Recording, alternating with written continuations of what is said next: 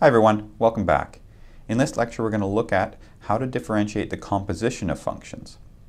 And just as a reminder, if we have two functions f and g, we can define their composition denoted by f and then this little circle g, so f circ g, or f composed with g, by first evaluating at your input x the function g and then following that by evaluation at f. So first apply g, and then whatever comes out, then apply f, and that result is known as the composition of f with g.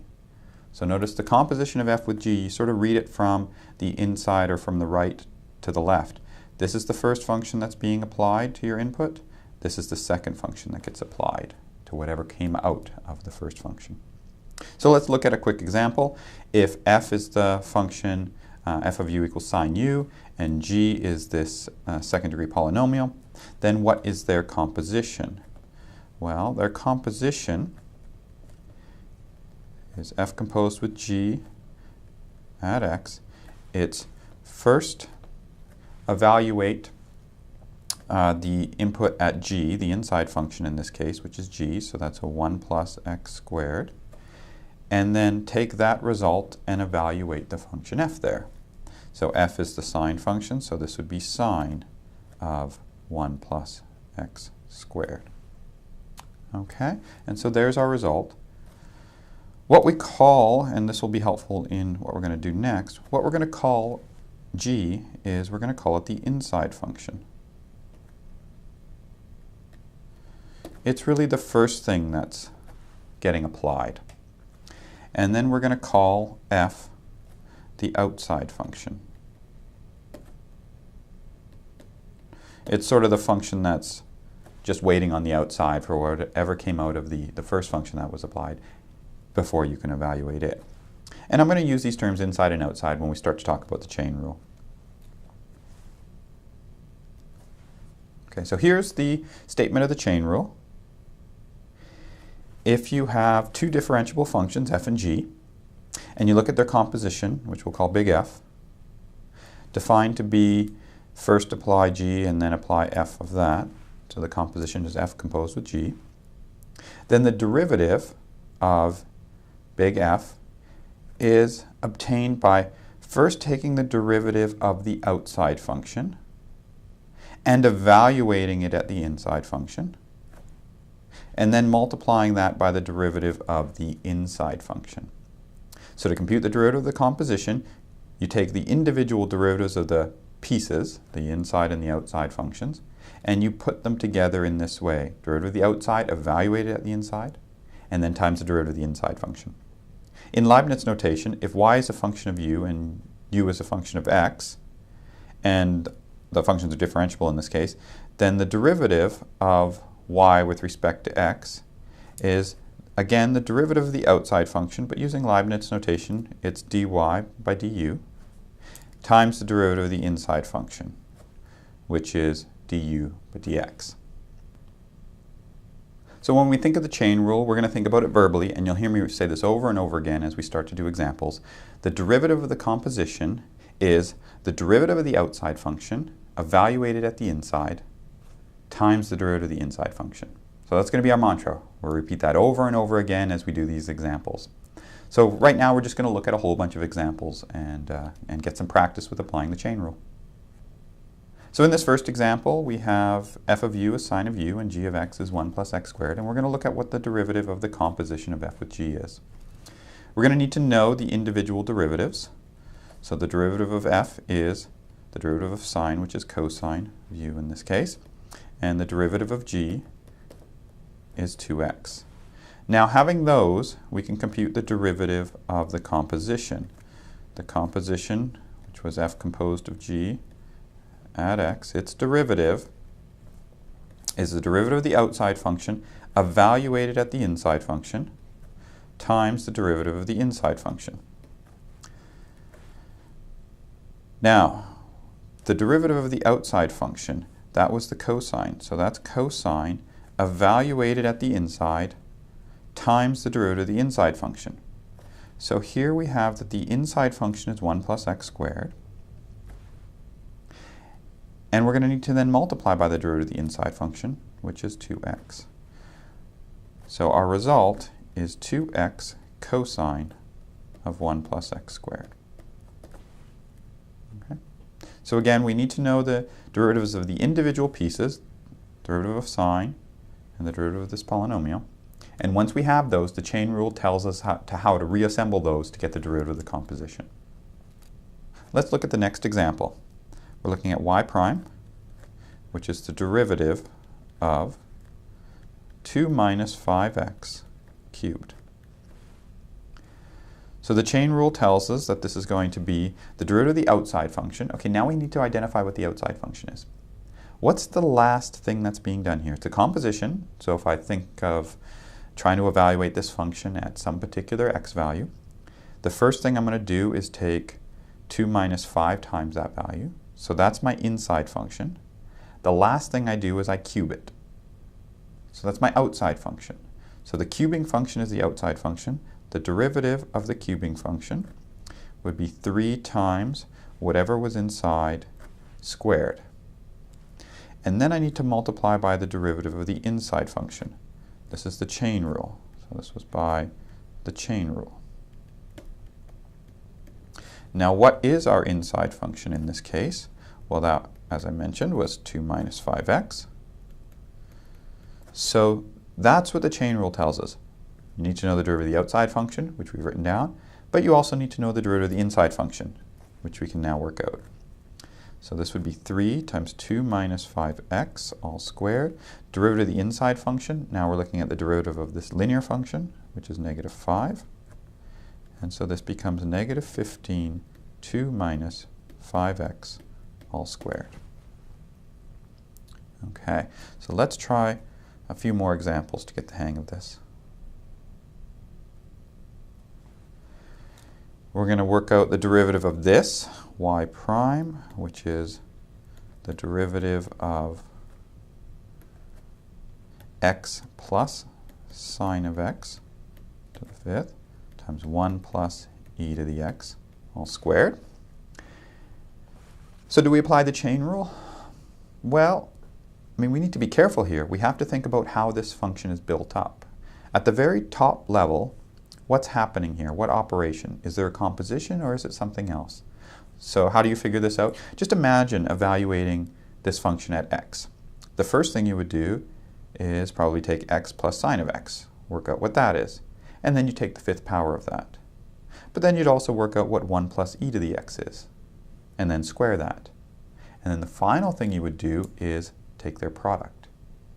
So at the topmost level, this function is built up as a product of two other functions.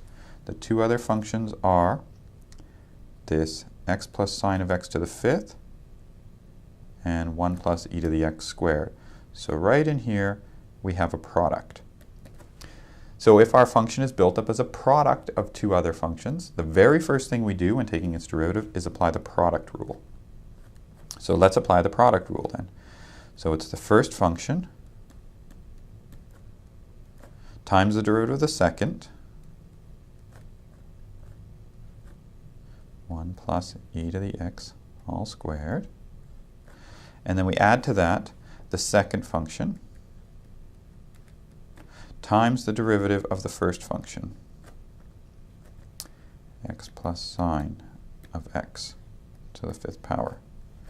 Now this was by the product rule.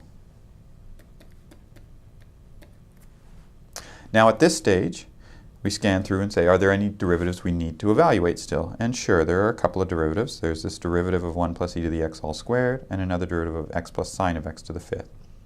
How are those ones built up? Well, this first one is a composition.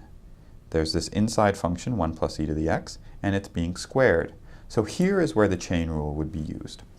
So let's go to work on this. It's x plus sine of x to the fifth power times, now we go to work on this piece here,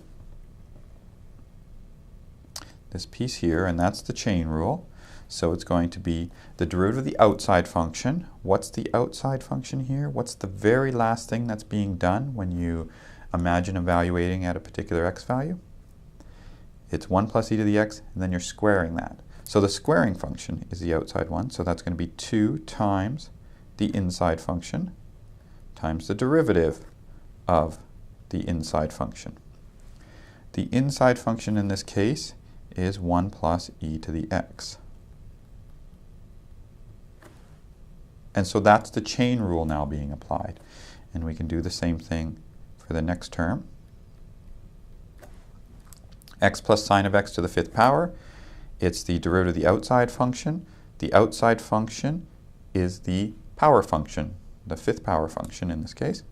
So it would be 5 times whatever was inside to the 4th power. So that's, maybe I'll change colors like I had before. That's our x plus sine of x. And then we need to multiply by the derivative of the inside function. And that is our x plus sine of x.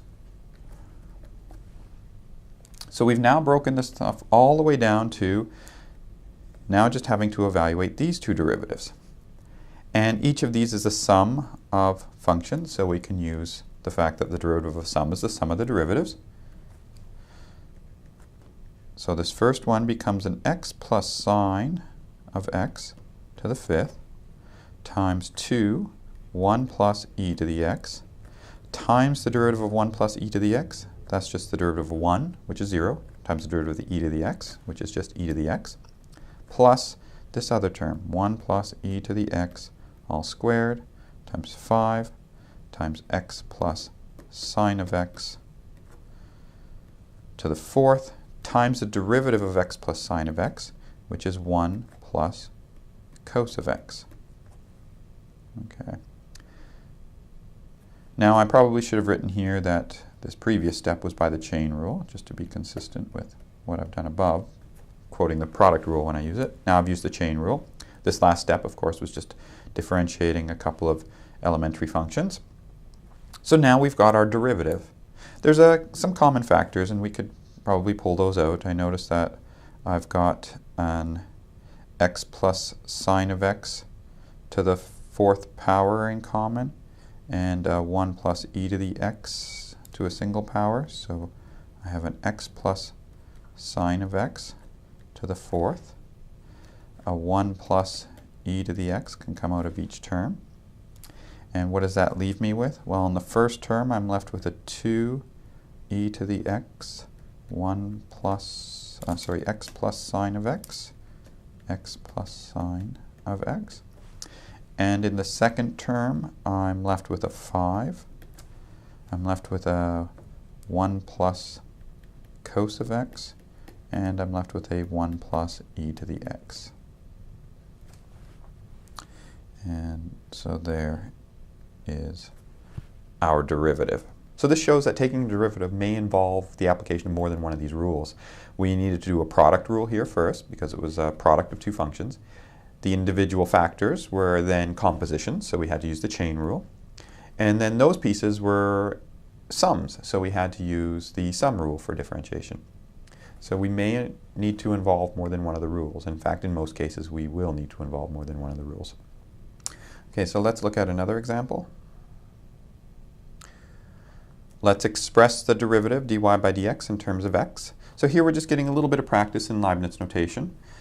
We've got two functions here. We've got y is a function of u, and then u is ultimately a function of x.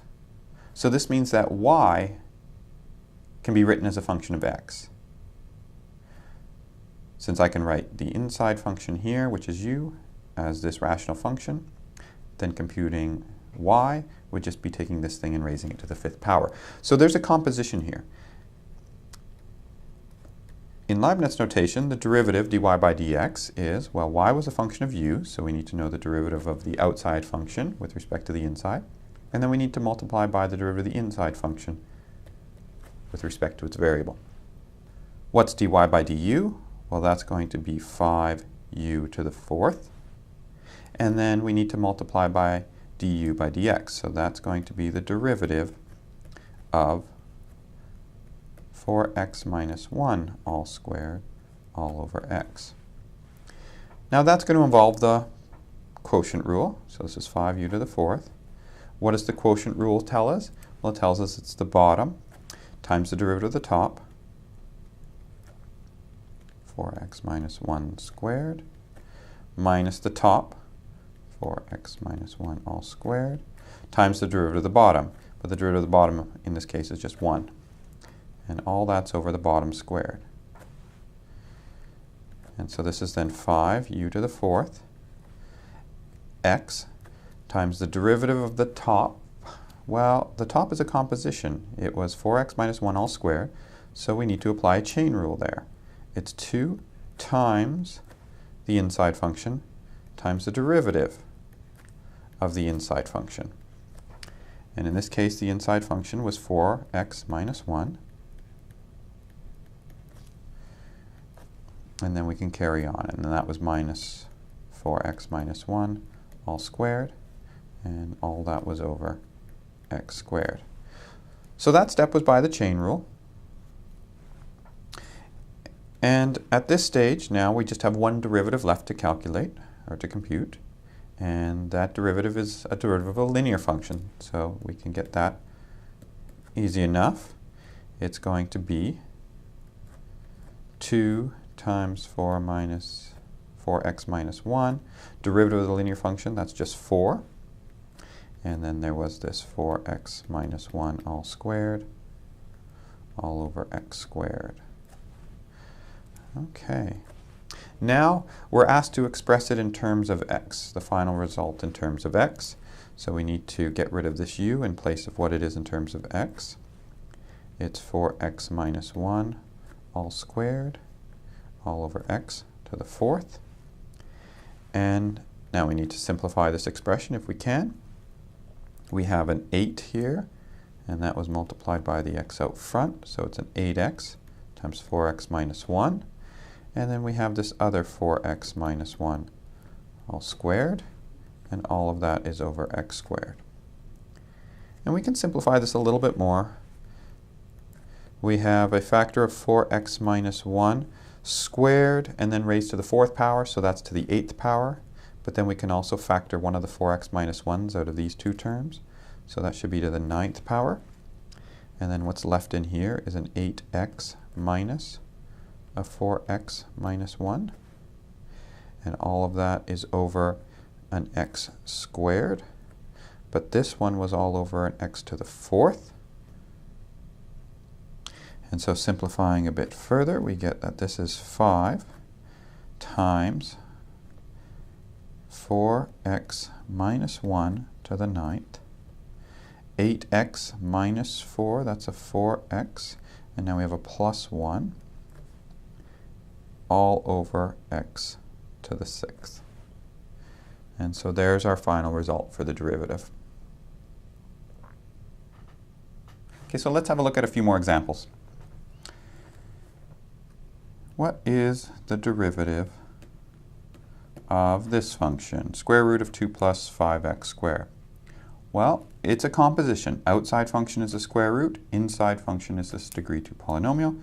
So what we're going to do first is just quickly rewrite it as a power so that we can use the power rule to differentiate the outside function. And here the derivative of the outside is going to be 1/2 2 plus 5x all squared to the negative 1/2. And then we need to multiply by the derivative of the inside function. So that's going to be the derivative of 2 plus 5x squared. So that's by the chain rule.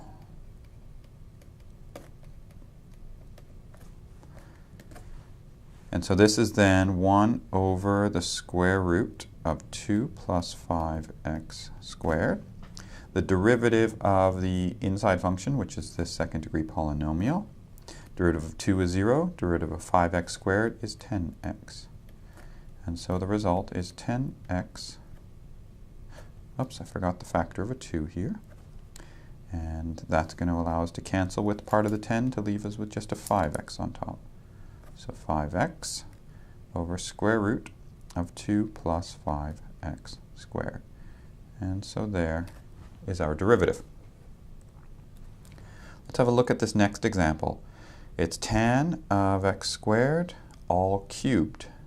So here it takes a little bit just to see what's being composed? Well, there's a couple of functions. Actually, there seems to be three functions. There's this x squared, there's this tangent function, and then there's this cubing function.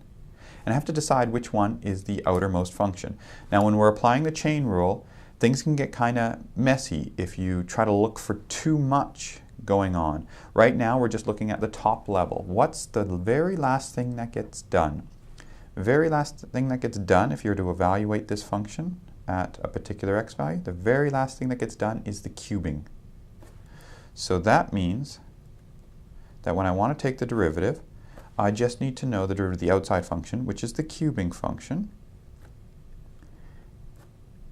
And whatever the inside function is, no matter how complicated, no matter what it is, I'm just going to fill in these two blanks with it. So it's the tangent of x squared.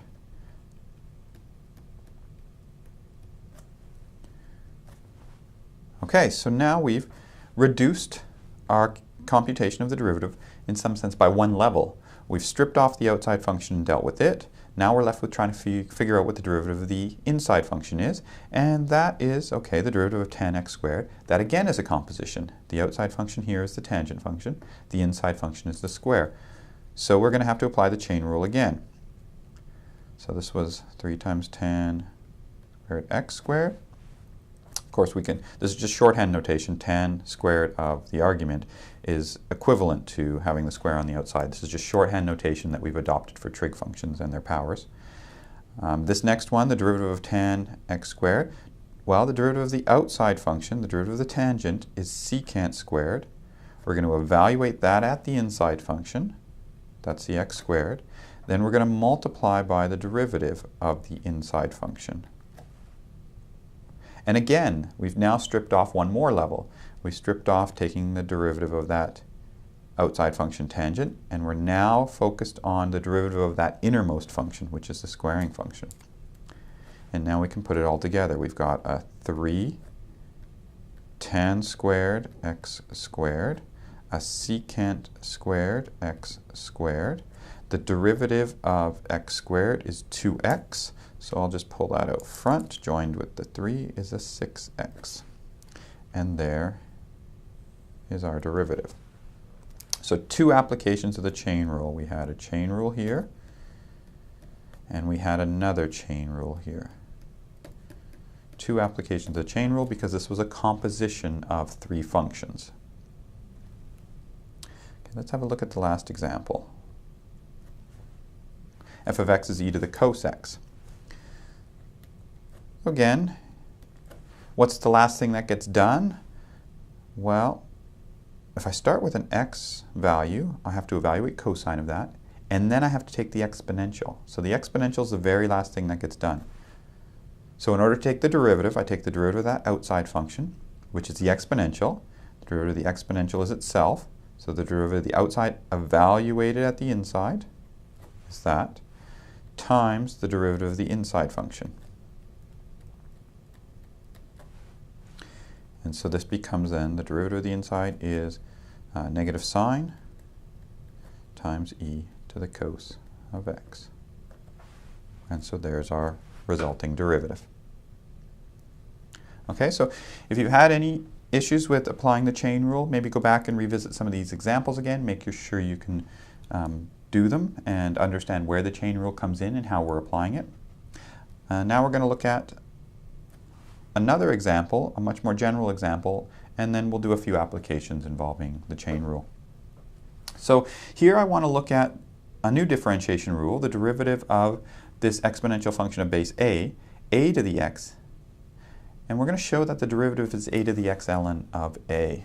So let's just recall what the derivative is when the base of the exponential is e. Now in this case, the derivative of e to the x is just e to the x. In some sense, this was our defining property of the exponential function with base e, was that it's going to have its own derivative. But we're going to recall that, because essentially that's the only thing we need in order to do any base exponential function. So now, what we notice is that if I have any number a, any positive number a, I can always write it in terms of a base e exponential in this way. If I take the natural log of a and I raise e to that number, then I just get back to a itself. This is because exponentials and logarithms are inverses to each other. Okay, so what does this mean?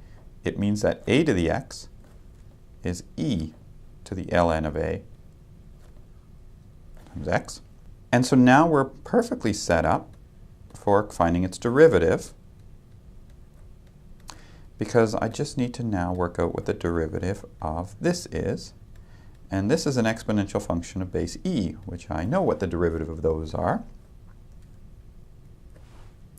The derivative of this exponential function, okay, well this is actually a composition. It's the exponential function with this linear function.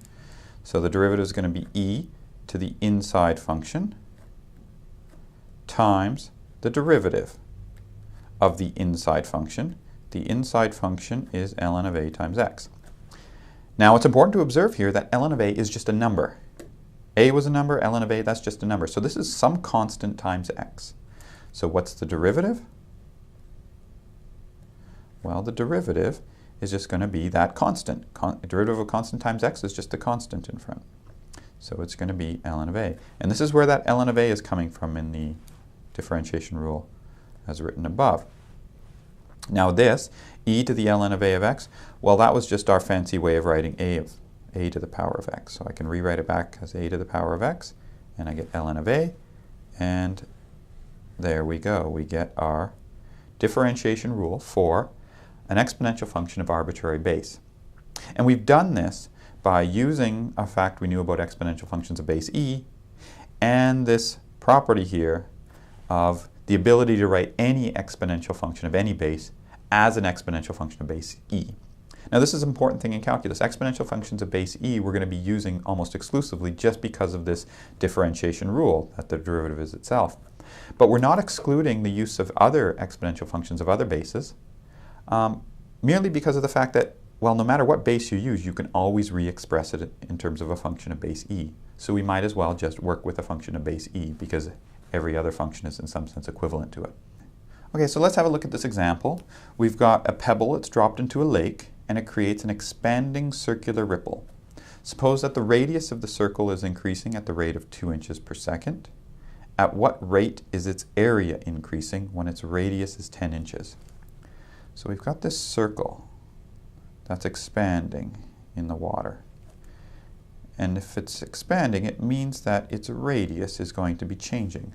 So its radius is going to be a function of time. And since the radius is changing, it means that the area is also going to be a function of time. And the question here is, if we know how fast the radius is changing, how fast the radius is changing, how big the circle is getting, can we figure out how fast the area is changing?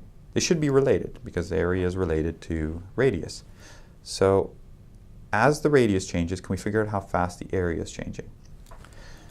Well, let's just let, I've written it here, but let's let r of t be the radius at time t, which is measured in seconds. Time is measured in seconds. So it's always good if you haven't had variables introduced in the question and you decide to introduce some in your solution, you should declare to the reader what your variables represent. So the area at time t is, well, that's going to be pi times the radius squared. And the radius is a function of t, so it's going to be pi times r of t all squared. Now we're interested in at what rate is its area increasing?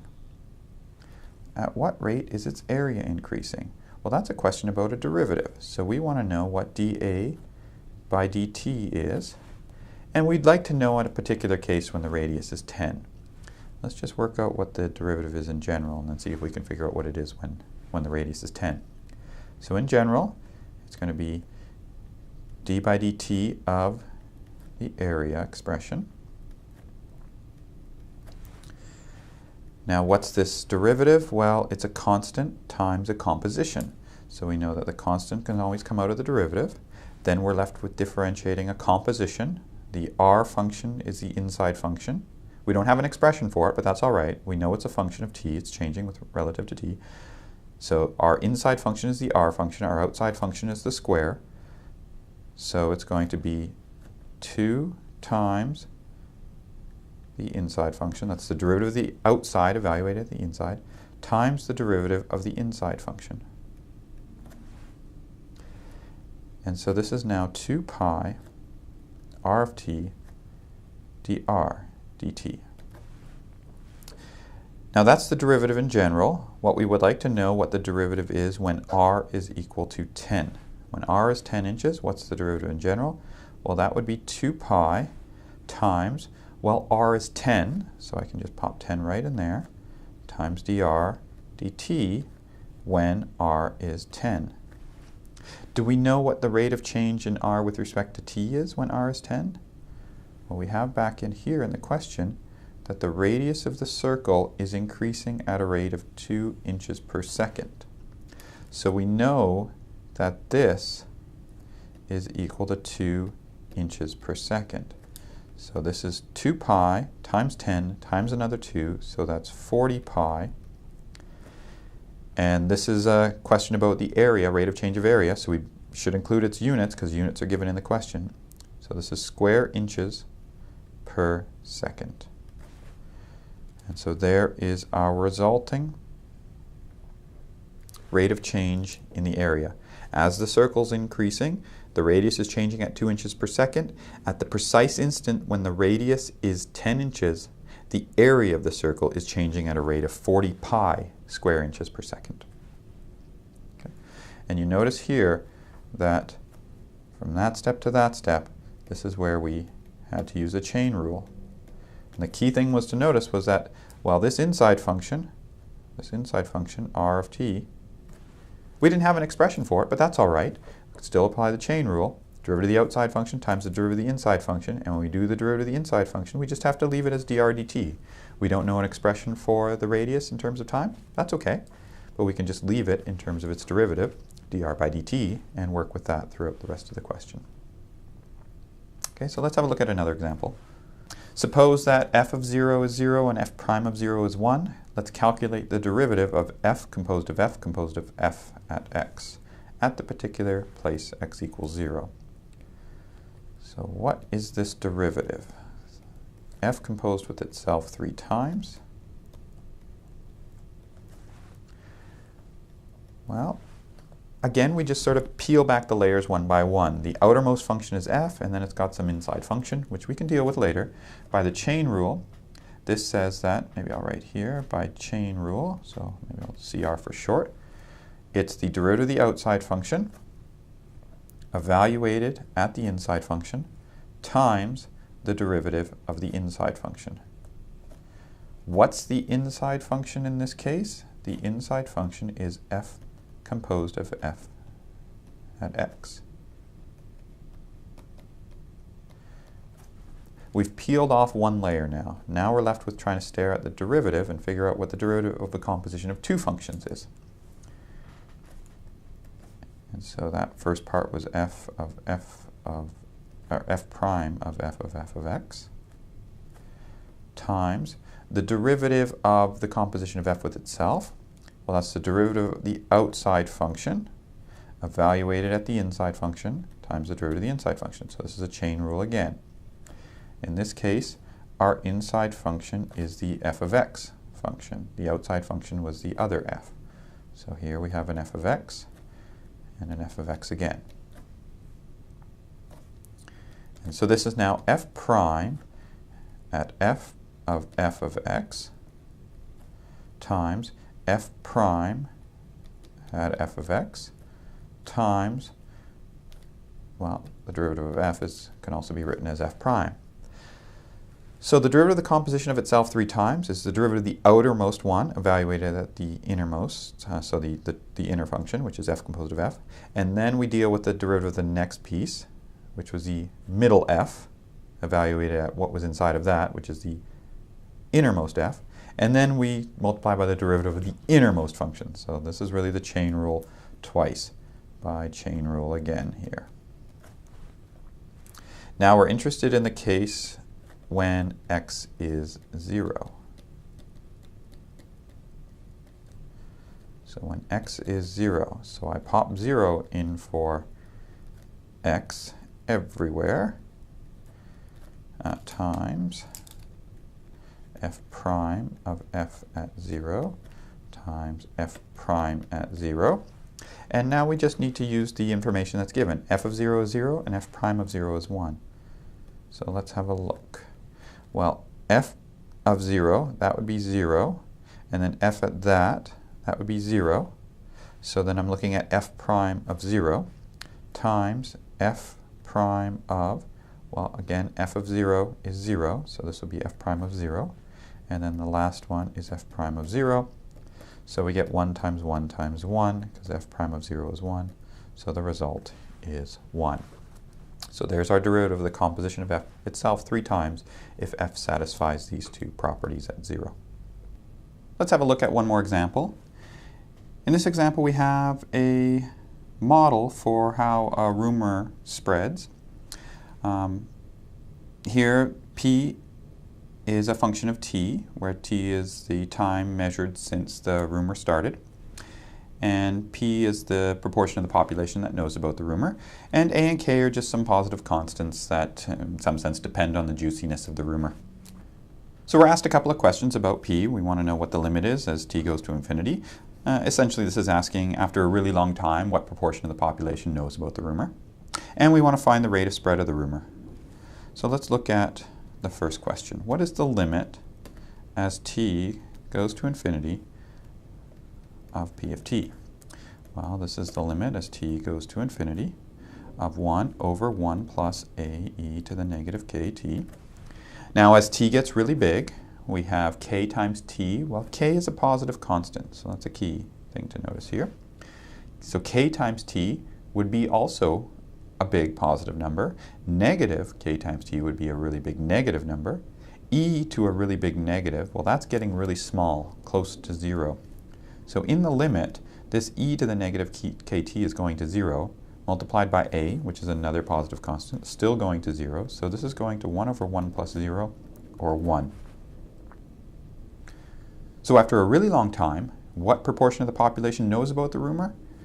Well, the proportion is 1, so 100% of the population knows about the rumor as t goes to infinity. So what's the rate of spread of the rumor? Well, this is t prime of t. It's the derivative. Rate means derivative. So we're looking at the derivative of 1 over 1 plus a e to the negative kt. Now we could use the quotient rule here. This is a quotient where the numerator is 1 and the denominator is this other expression. But I'm going to just observe that, well, I could also write this as a power. This is 1 plus a e to the negative kt to the negative 1. So although it's a quotient, I could also write it, well, in particular, it's a quotient that actually is a reciprocal, so I could always write it using a power. Now I can use the chain rule. Derivative of the outside function, so that's the negative 1 comes down, minus 1 from the exponent, so it's a power, so we use the power rule. Negative kt to the negative 2 times the derivative of the inside function, 1 plus a e to the negative kt. Now this inside function, it's the sum of two functions. The derivative of 1 is 0. The other piece, the other term, is a constant times an exponential. So I don't need to worry about the constant. That'll just get pushed outside the derivative. The exponential function is now a composition. It's an exponential composed with this linear function. So I'm going to need to use the chain rule there as well. So this becomes, well, I can write this back as a fraction again, 1 plus a e to the negative kt squared. Derivative of this, it's a e to the negative kt, so that's the constant, times the derivative of the outside function evaluated at the inside function. Exponential is the outside, inside function is the linear. Derivative of the exponential is itself, so this is exponential evaluated at the inside, times the derivative of the inside function. That's negative kt. So this becomes then, The derivative of the inside function is just negative k. Negative k combines with the negative 1 to give us ka e to the negative kt all over 1 plus a e to the negative kt all squared. And there is our derivative of p. So that's it for this section on the chain rule. Thanks very much for watching, and we'll see you next time.